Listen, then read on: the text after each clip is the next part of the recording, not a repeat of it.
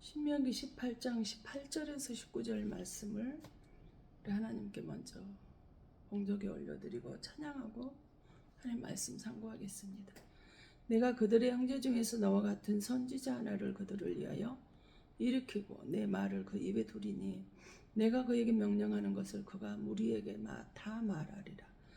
누구든지 내 이름으로 전하는 내 말을 듣지 아니하는 자는 내게 벌을 받을 것이요. 그랬습니다. 찬양 드리시고 하나님의 귀한 음성 듣기 원합니다.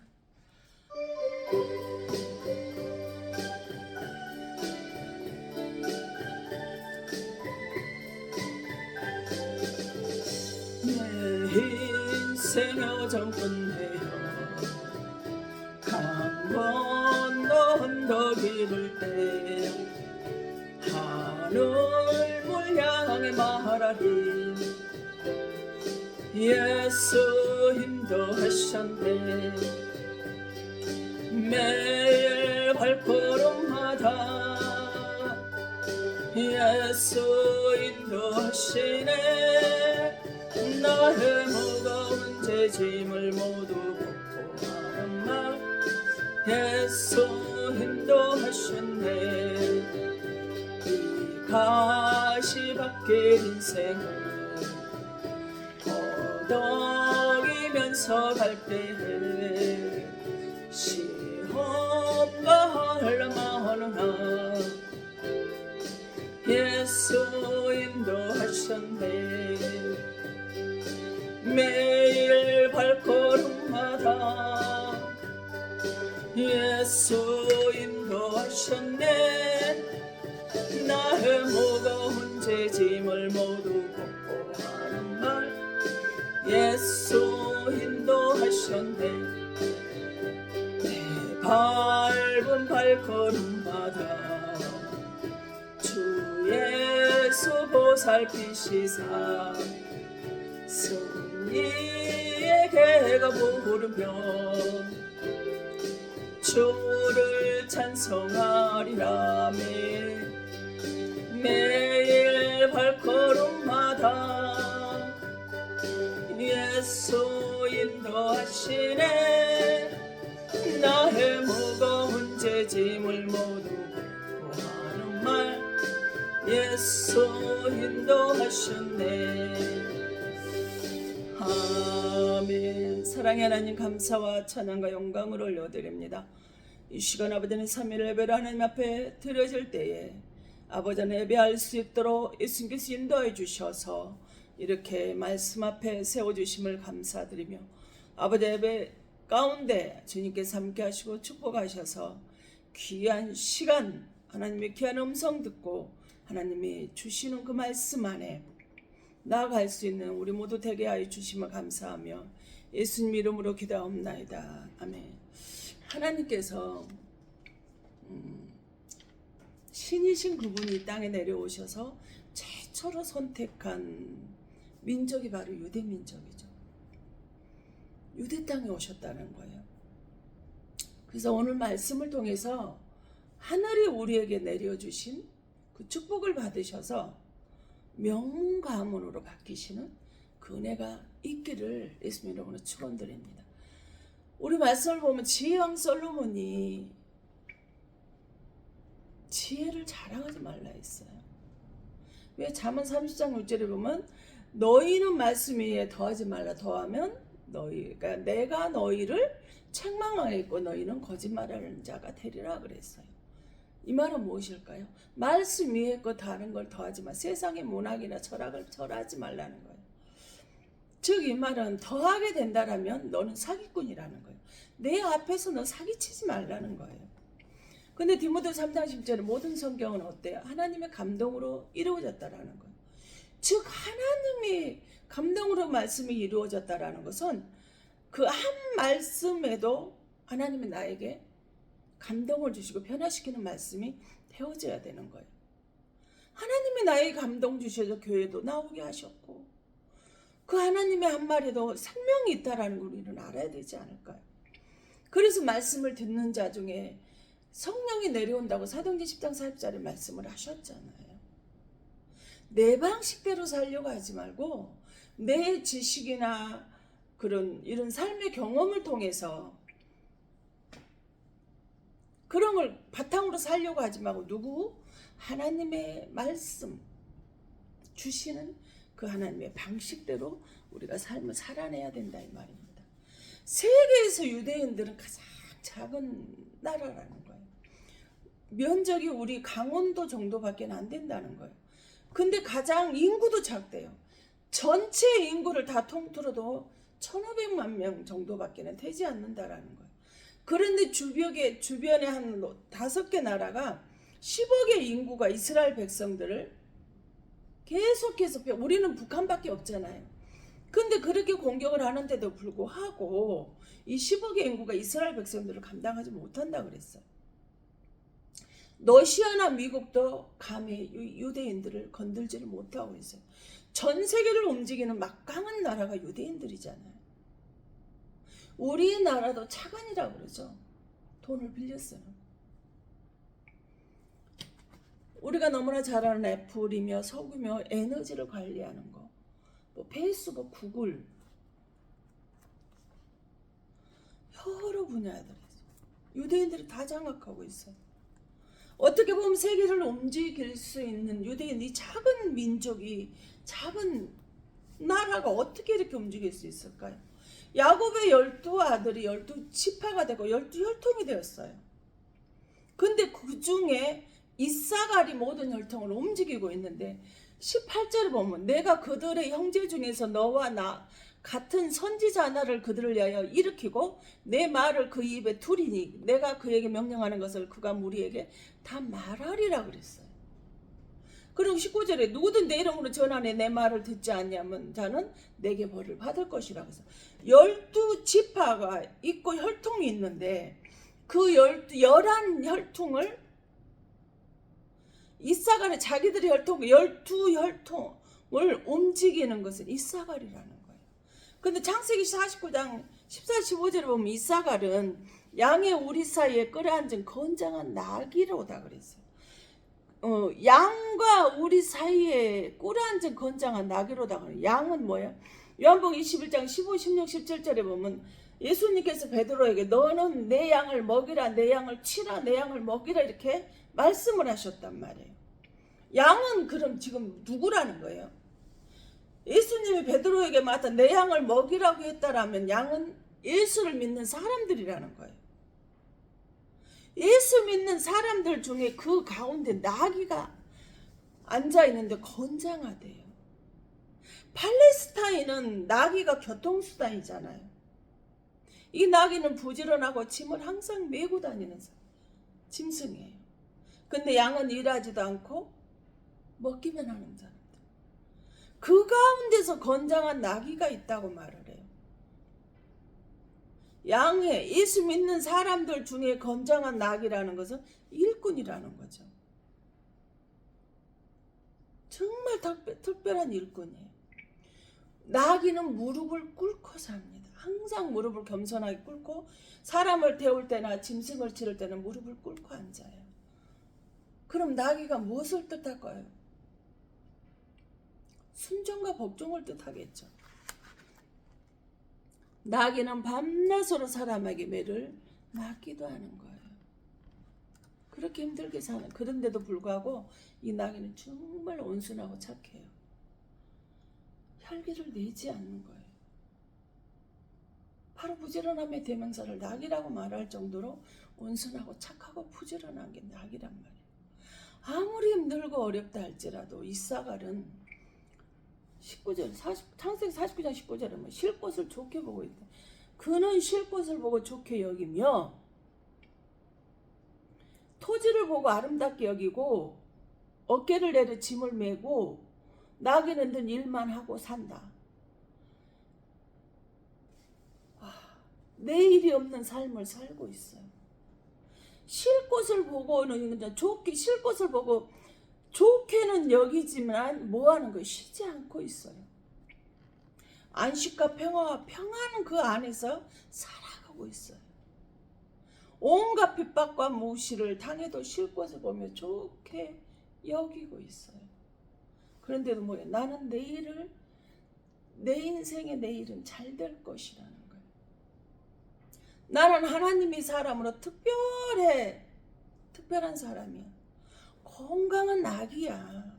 하며 영적인 신앙생활하며 나는 건강한 영원한 천국에 들어갈 것이라고 이렇게 미래를 보면서 쉴 곳이 있지만 좋게만 여기지 뭐 하는 거예요? 쉬지 않고 미래를 향해서 영적인 신앙생활을 하고 있는 사람들. 토지는 땅을 보며 아름답게 여긴다 그래요. 항무지며 가시밭길이지만 나에게는 아름답게 여겨지는 기름지고 아름다운 세상으로 나는 가게 될 것이라는 거예요. 이 말은 뭘까? 내일을 바라보며 사는 익사가의 모습이에요. 그럼 우리는 어찌했을까요? 24년은 이제 거의 다 가서 2달밖에 남지 않았어요. 25년의 나를 바라보고 좋게 여기라는 거예요. 아름답게 여기라는 거예요. 온순하고 부지런하고 정말 청박하게 사는 거예요. 로마 12장 11절 부지런하여 게으르지 말고 열심을 품고 뭐를? 주를 섬기라 그랬어요. 이 나귀는 감사함으로 항상 어깨에 짐을 내려놓고 살아요. 가정에서 남편이 짐일 수도 있고 아내가 짐일 수도 있고 자녀가 짐이 경제적인 것이 짐이 되어질 수도 있다라는 거예요. 이 모든 것들이 다 짐이라는 거예요.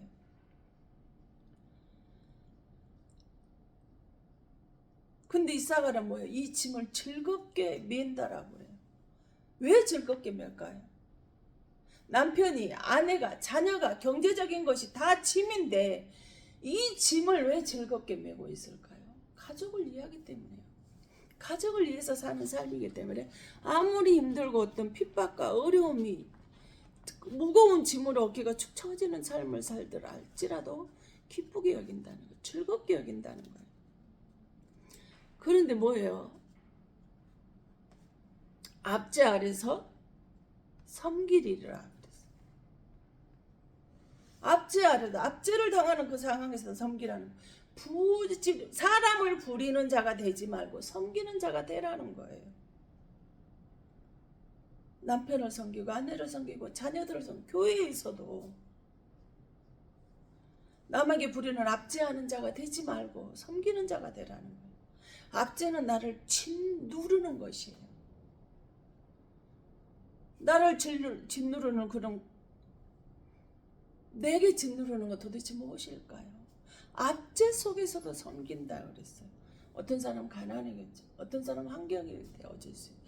어떤 사람은 사람이 압제가 될 것입니다. 또한 저 같은 경우는 질병이라고 말을 해야 되겠죠. 근데 이 모든 것이 고난이고 고통이지만 나는 그럼에도 불구하고 나는 하나님을 섬기며 산다라는 거예요. 하나님의 백성들을 섬기며 산다라는 거예요. 하나님의 유일하게 이 형제들 중에서 이사가를 하나님이 택하셨어요. 축복하셨어요. 모든 성도가 이사가의 자리에 서서 살기를 하나님은 원하지 않으실까요? 이사가처럼 압제를 남에게 주고 사람을 부리는 것이 아니라 모든 사람들 형제 중에서 섬기기를 원하는 거예요. 그런 사람을 하나님은 원하신다는 거예요. 신명기 33장 18절을 뭐라 그래요? 스불론에 대하여는 이르되 스불론이여 너는 밖으로 나감을 기뻐하라. 이사가리여 너는 장막이 있음을 즐거워하라 그랬어. 이사가리 도대체 그럼 누구인데 너는 밖으로 나가서 나가는 것을 기뻐하고 장막에 있는 것을 즐거워하라겠을까요? 이사가는 첫날 밤을 지나고 나서 버림받았던 레아에게서 태어난 아들입니다. 그러나 이사가는 부지런하고 나귀 같은 자로 내일을 위해서 비전으로 품고 항상 섬기며 품고 사는 일하는 사람이었어요. 장막은요 오헤이르라고 해서 출애굽기 26장 36절에 보면 성막을 뜻해요. 성막은 성전이라고 나 지금으로 말하면 교회를 뜻한단 말이에요. 민수기 9장 7절에도 오헬 성막이라고 나와 있어요. 이사갈 너는 하나님의 성막에 있음을 즐거워하라 그랬어요.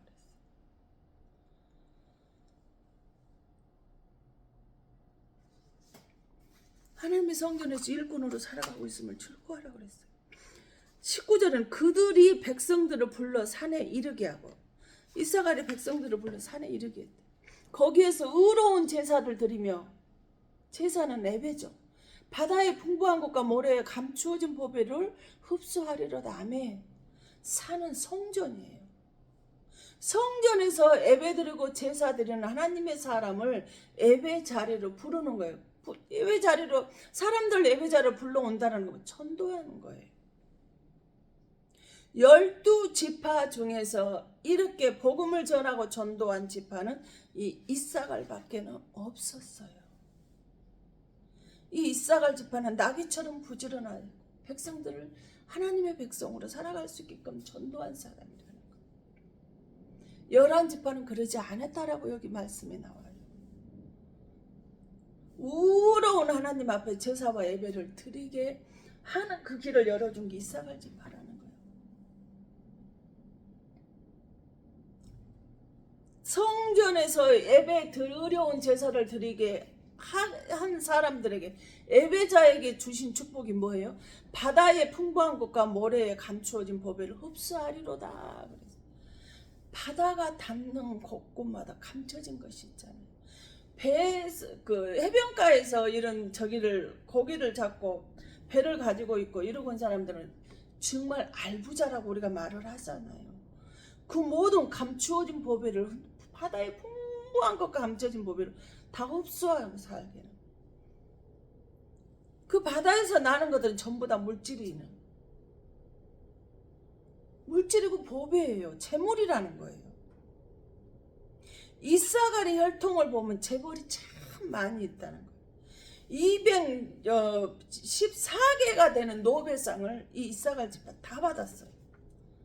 스타벅스, 애플, 소프트, 빌 게이츠 이들을 중심으로 세계가 움직이고 있다라는 거예요. 하나님의 성경도 이들이 성전 중심이라서 이들은 이사갈 지파는 오로지 성전 중심이에요. 모든 것을 움직여도 성전 중심으로 움직이는 거예요. 이들은 아무리 멀리 있다 할지라도 또 수입이 창출되는 그런 그 예배 시간에 일이 되어지는 일이 있다 할지라도 그 수입을 창출하는 걸 포기를 합니다. 아무리 멀리 있어도 주일날은 본제단에 가서 예배를 드리고 다시 비행기를 타고 출장을 가는 사람들이에요. 예배 시간은 본 교회에서 예배를 드리고 일을 하지 않는 사람. 수입이 창출되는 것을 포기를 하고 예배를 이 사람들은 선택하고 사는 사람들이에요. 성전이 오로지 성전, 예배가 중심이라는 거예요. 철저하게 성전 중심으로 이들은 살았던 사람이에요. 이들을 지금 뭐하는 거? 백성들을 산에서 부른다는, 성막으로 중심으로 이들을 성막으로 불러들였다라는 거예요. 예배 자리에 있게 했다라는 거예요. 예배 시간에는. 그러니 하나님이 얼마나 이 사람들에게 축복을 주시지 않을까. 중심 자체가 다른데. 예배 자리에 내가 있을 수 있다는 게 엄청난 축복인 걸 알아야 돼요. 감사해야 돼요. 근데 우리 그거 모르잖아요. 그냥 예배 들어와도 헛예배를 드리는 사람이 있어요. 그냥 시간만 때우는 거예요. 예배 시간이니까 와서 앉아 있는 거예요. 그래서 예배는 말씀은 듣지 않고 핸드폰으로 계속 일을 하고 있어요. 몸을 해놓고. 예배 시간인데도 불구하고 나이 가야 되니까. 그러니까 목회자들마저도, 교육자들마저도, 직분자들마저도 목사님 몸이 아프니까 그냥 여기서 7층에 가서 그냥 예배 들으시고 주일날 예배 안 가면 안 되냐 그래요. 전 그게 용납이 안 되죠. 얼마나 아프고 얼마나 힘이 든다 할지라도 예배 주일날만은 본계 재단에 가서 예배를 드려야 돼요. 다른 날은 그렇게 할 수 있죠. 도저히 안 되면. 그러나 주일만은 철칙으로 그렇게 하고 살아갑니다. 이게 하나님의 얼마나 큰 축복인지 몰라요. 다리가 부러지고 서 있을 수가 없고 판정을 받아 상함을 하고 뭐다고 하는 그 모든 순간에도 주일날만은 가서 예배를 드려야 돼요. 목발을 짚고 그 보호 기구를 달고 지금도 서 있을 수가 없으니까 이렇게 앉아서 예배를 요즘 계속 드리는 거예요. 2년 전부터 너무나 많이 아프니까. 근데도 불구하고 예배 자리 불러주시고 예배 자리 하나님 세워주신 거 얼마나 감사한지 모릅니다. 근데 막 다니엘서 9장 27절 마지막 때 그가 장차 많은 사람들과 더불어 한 일해 동안의 언약을 굳게 맺고 그가 그 일의 절반의 제사와 예물을 금지할 것이며 또 파악한 가증한 것이 날개를 의지하여 설 것이며 또 이미 정한 종말까지 진노가 항폐하게 하는 자에게 쏟아 치리라 하였느니라 하라 그랬어요. 제사와 예물을 금지하는 것보다 가증한 것이 날개를 의지하여 서게 될 것이라는 거예요. 예배와 제사가 금지되는 것이요. 예배하고 제사하는 걸, 예배 드리는 걸, 헌금하는 것이 금지가 돼버렸어요. 예배가 많이 없어져 버리고 있어요. 아파서 수요일날 이렇게 금요일에 못 오게 돼서 얼마나 마음에 죄책감이 있는지 몰라요. 이거 예배가 없어진 거잖아요. 현대교회 보면 예배 드리는 장소는 작은데요. 카페, 수영장, 문화센터 이런 건 엄청나게 크게 짓고 우리 교회가 이렇게 축복을 받아가지고 이렇게 넓고 크고 아름답고 화려하게 지었다라고 자랑하는 사람을 많이 볼 수 있습니다. 현대교회는 헌금을 금지하고 11조마저도 굳이 해야 할 이유가 없다라고 그렇게 가르치고 있어요. 꼭 굳이 11조 내야 되나? 이렇게 힘든데 이렇게 물가가 비싸고 힘든 이 세상 꼭 11조 내야 되나? 꼭 헌금해야 되나? 근데 이스라엘 백성은 아침과 저녁으로 예배를 드리는 자는 하나님께 빈손으로 나가지 말라 그랬거든요. 근데 예배와 헌금이 금지가 돼버렸어요. 예물 드리는 거. 제사와 예물이 번제가 금지가 돼버린 거예요. 마태복음 요한복음 13장 2절에 마귀가 벌써 예수를 팔려는 생각을 마음에 집어넣고 마귀짓이라는 거예요. 예배를 금지하는 거, 헌금을 금지하는 거, 11조도 못하게 하는 거, 예배도 그냥 시간이 되면 가고 안 되면 말고 치료받는다. 하나님의 자비가 많으신 공일이 많으신 그분인데 이렇게 아픈데도 예배 꼭 와서 드려야 되나? 그거 용서하신다 이거예요. 그런 생각을 먹고 그렇게 하는 것이 뭐 하는 거야? 마귀짓이라는 거예요. 그리고 오히려 그렇게 아픈 데 가서 예배를 드리고 간다고 교만하다고 이야기하는 사람도 많아요. 잘못된 하나님을 만났다라고 이야기하는 사람들이 많아요. 형식적이라 가식적으로 예배를 드리니까 그렇게 아픈데 남한테 보여주기 위해서 가식적으로 애식하는 마음으로 드리니까 그 몸으로 예배를 드리러 간다라고 그렇게 판단하고 모욕하고 무시하고 멸시하는 사람이 많단 말이에요. 우리 정말 말씀 잘 봐야 됩니다. 다니엘 11장 30절은 군대는 그의 편에 서서 성소 곧 견고한 것을 더럽히며 매일 드리는 제사를 폐하며 멸망하게 하는 가증한 것을 세울 것이라 그랬어요. 견고한 것을 더럽히고 거룩한 하나님의 성전을 더럽히고 매일 드리는 제사를 폐해버렸다는 거예요. 그래놓고 뭐예요? 멸망하게 하는 가증한 것을 세울 것이다. 멸망에 가증한 건 세상 문화입니다. 멸망에 가증한 세상의 문화는 세워져 수영장이며 카페며 문화센터며 서로 성도들을 교제하고 이야기하고 그 세상적으로 교제하는 거예요. 말씀으로 복음을 전하고 날마다 성전에 모이기를 힘쓰고 하나님을 찬양하고 예수는 그리스도라는 걸 전도하고 가르치는 것에 의해서 모이는 그 교제하기 위한 그런 장소가 아니라 세상 것을 즐기기 위한 장소로 세워진 것이 그것이 바로 가증한 것이에요. 멸망에 가증한 것이고 세상 것을 가증한 것을 멸망에 가증한 것 세우는 것은 뭐예요? 그것이 곧 우상 숭배라는 걸 우리는 알아야 될 줄로 믿습니다. 세상 이야기로 전부 다 강단에 두입니다. 가득 차버렸어요. 하나님의 말씀은 점점점 없어지고 있어요. 다 몇 구절이에요.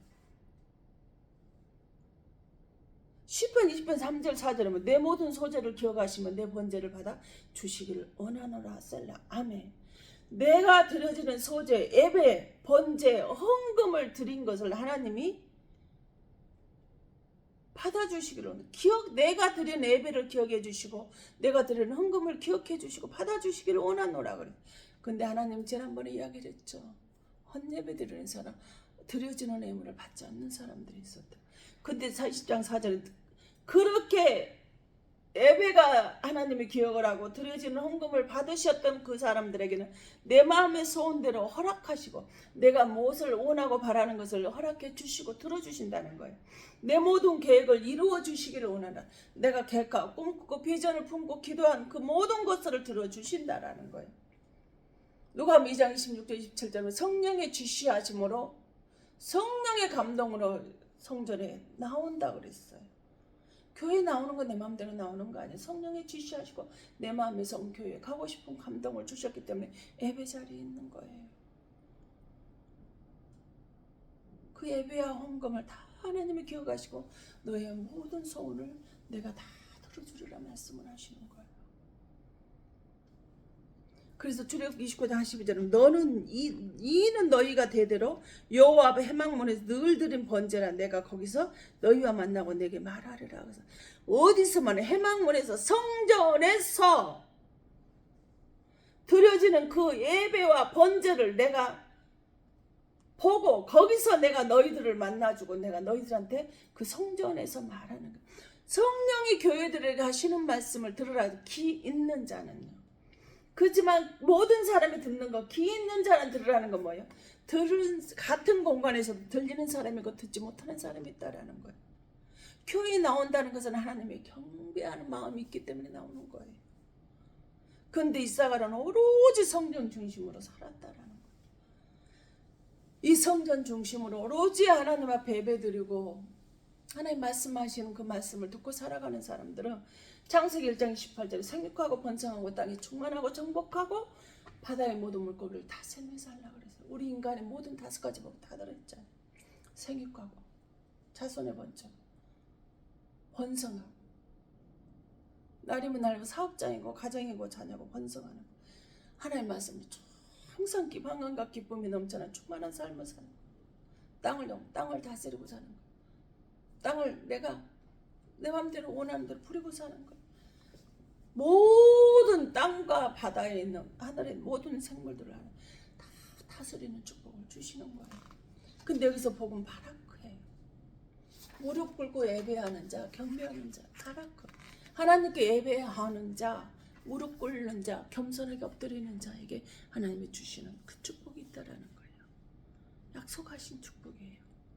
그러므로 우리는 항상 예배 자리에 있어야 됩니다.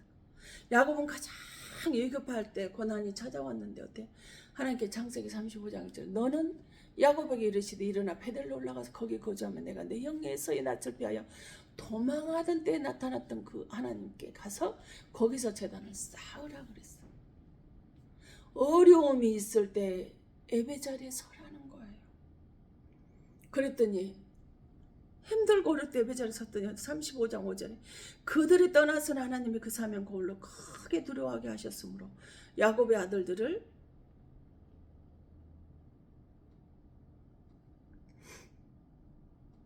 쫓는 자가 없었어요. 하나님의 예배에 성공을 하니까 사명 거울에서 힘들게 두렵고 무섭게 하는 것들이 싹 사라지더래요. 나를 괴롭히기 힘들게 하는 게 사라지는 거예요. 저는 여기 이곳에 나와서 몸이 아프긴 하지만 그래도 아까 기도하면서 제가 깜짝 놀랐어요. 작년에는 3분의 2가 병원에 있었는데 올해는 보니까 절반으로 줄었더라고요. 엄청나게 작년에 천국 갈 준비까지 했었는데 와 절반으로 줄었네. 그럼 내년에는 절반에서 3분의 1만 병원에 아프기는 하겠지만 3분의 1 정도는 병원에 가요. 점점점 줄어들고 좋아지고 있으니까요. 저는 아무리 아파도 주일날 번제단에서 예배를 성전 중심 예배 중심으로 하나님 앞에 예배 드리려고 애쓰는 것 뿐이거든요. 문제 터지면 십자가 밑에 가서 하나님의 제단 앞에 가서 무릎 꿇는 것밖에 없거든요. 기도하는 것밖에 없거든요. 근데 하나님이 그렇게 해주시더라는 거예요. 열왕기 3장 4절에 이왕 솔로몬이 이게 왕의 제사하러 기본으로 가니 거기서 산당이 큽니다. 솔로몬이 그 제단에 1,000번대를 드려 추경하는 자가 없었더라. 솔로몬 1,000번대 드리고 나서 성령의 불 받았잖아요. 어떠한 때도 우리는 주님만 바라보아야 합니다. 그러면요 하나님이 다 막아주시더라고요. 하나님 그 문제를 해결해 주시더라고요. 여러분 제가 곧 있으면 천국 갈 얼굴로 보이십니까? 힘들고 고통스러워도요 하나님의 얼굴에 평안함을 주셔요. 왜? 두려움이 없어요. 항상 예배 앞에 있다 보니까 어떤 것이 내한테 어떤 환경이 어떤 두려움이 내게 몰려온다 할지라도 두렵지 않거든요. 항상 평안하고 기쁨과 감사가 넘쳐나거든요. 다윗도 역대상 21장 26절에 하나님께 제단을 쌓고 번제 한 목재를 드려 여호와께 아뢰었다 하늘에서 여호와께서 하늘에서부터 번제단 위에 불을 내려 응답하셨더라고 했어요. 솔로몬도 예배를 1,000번째 예배를 드리고 나서 하나님께서 불을 내려주셨고 다윗도 하나님께 예배를 드리고 나서 불을 내려주셨고 역대하 7장 1절에 솔로몬도 마찬가지예요. 그 번제물과 제물들을 사려고 여호와의 영광이 그 성전에 가득했다 그래서 기도드리고 예배를 드리고 났대. 예배 후에 모두 다 성령이 임했어요.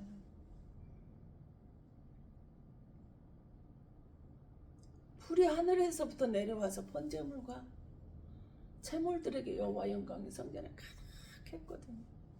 요한복음 4장 23절 하나님께서는 누구를 예배자를 찾으세요. 시편 50편 5절은 내 성도들 모으라 그들은 나와 제사로 언약한 백성이라고 말씀을 하셨거든요. 사도행 2장 46절에는 초대교회 성도들은 날마다 마음을 갖춰 성전에 모이기를 매일같이 힘쓰면서 살았어요. 모두 다 성전 중심이요. 솔로몬도 다윗도 히스기야도 초대교회인들도 성전 중심이에요. 이사갈도 마찬가지. 신명기 3:39절 이사갈은 백성들을 산에 오르겠다 그랬어요. 이사갈 오로지 성전 중심으로 살았던 이사갈 지파는 어떤 축복을 받아요? 민수기 1장 29절에는 각 이사갈 지파에서 계시된 54,400명이었어. 26장 27절 계시된 65,500명 4,400에서 65,500으로 늘어났잖아요. 역대하 7장 5절에는 역대상 7장 5절에는 이사갈의 모든 종족은 다 용감한 장사라. 그 전체를 계산 88,000 65,500명에서 87,000명으로 늘어나 버렸어요. 근데 그 모든 이사갈의 종족들은 다 용감한 장사라는 거예요. 하나님이 이사갈에게 내린 특별한 축복이 아닐까요? 용감한 장사래. 건장한 나귀를 타고 앉아 있었다 그러는데 그 건장한 나귀가요. 이 이사갈의 용감한 장사예요. 역대 12장 3절 이사갈 자손 중에서 시세를 알고 이스라엘에 마땅히 행할 것을 아는 우르머리가 200명이니 그들은 그 모든 형제를 통솔하는 자이며 아멘. 이사갈 지파는 뭐예요? 앞에 세상을 앞에 어떤 일이 있어 그걸 예측을 하고 할 수 있는 그 눈을 가졌다라는 거예요. 그래서 이스라엘 백성 어떻게 행해야 될 것을 다 아는데 그거를 지도하는 우두머리가 이사갈 지파에서 나오는데 200명이라. 그래서 그 모든 형제를 통솔한다 그랬어요. 미래를 알고 예측하는 사람들이에요. 이스라엘의 모든 형제를 통솔하는 우두머리가 바로 이사갈 지파에서 나왔다라는 거예요. 고작 그 200명이 모든 형제들을 다 통솔하고 있다라는 거예요. 그저 앞을 아는 자가 내다볼 수 있는 그 영안을 가진 사람이니 예측을 하고 그렇게 하면 그대로 다 이루어지니 그 사람 말을 들을 수밖에 없겠죠. 이스라엘의 국회의원 70명인데 모두 다 이사갈에서 나왔다라는 거예요. 이들은 주어진 현실 힘들어도 부지런하고 미래를 바라보며 일하고 살았던 사람들이에요. 성전 중심의 삶을 살면서 예배 성공자가 되라는 거예요. 이사갈의 축복의 자손이 내 복이 나의 축복이 될 수 있게 살아라는 거예요. 내 아이에게 버림받아 내 아가 야곱에게 버림받아 살 때는 얼마나 힘들었겠어요. 현실이 얼마나 고통스러웠겠습니까? 그런데 그들은 나는 하나님의 자녀로서 미래는 잘 될 수밖에 없다는 그 비전을 가지고 부지런히 앞을 내다보며 하나님께 온전히 올인하며 살았을 때 하나님께서 그들에게 주신 최고의 축복이 아닐까. 시생을 알고 마땅히 행할 일을 아는 사람들, 하나님께 우리가 어떤 일을 하면서 해야 되는지를 아는 사람이었다라는 거예요. 그러니 그들에게 모든 이스라엘 백성을 통솔할 수 있는 그 능력을 주셨겠죠. 우리에게도 그 은혜가 충만하게 내려지길 예수님의 이름으로 축원합니다. 기도합니다. 사랑의 하나님 감사합니다. 아버지, 이사갈 지파처럼 이사갈의 후손들처럼 성도 중에 성도가 되게 하여 오로지 성전 중심으로 하나님 말씀 중심으로 살아갈 수 있게 하여 주시옵소서. 이사갈 지파는 미래를 볼 수 있는 눈이 있었다겠습니다. 이 이사갈에 내려진 축복이 우리 회복교회에 우리 김씨 가문, 이씨 가문에 자손의 복이 넘쳐나게 하시어 주실 것을 믿습니다. 항상 예배 성공자가 되게 하시오. 예배 실패하고 말씀 가운데 나오지 못하는 불쌍한 가족들 주의 말씀 앞에 예비된 자 하나님께 택한 자다, 창세전에 선택받은 자들 하나님께 말씀 앞에 나올 수 있게 도와주시옵소서. 현실에 아무리 막막하다 할지라도 아득하다 할지라도 미래를 보는 눈이 있어서 오로지 하나님께 올인하며 그 비전을 가지고 살았던 이스라엘 백성, 특히나 12지파의 그 이사갈 지파가 모든 12지파를 이끌 수 있는 지혜를 주셨던 것처럼 아버지는 우리에게 우리 가정에 이 은혜가 있기를 원합니다. 그래서 아버지는 그들을 인도할 때 그들이 따를 수 있는 순종할 수 있는 그 믿음을 주시옵소서.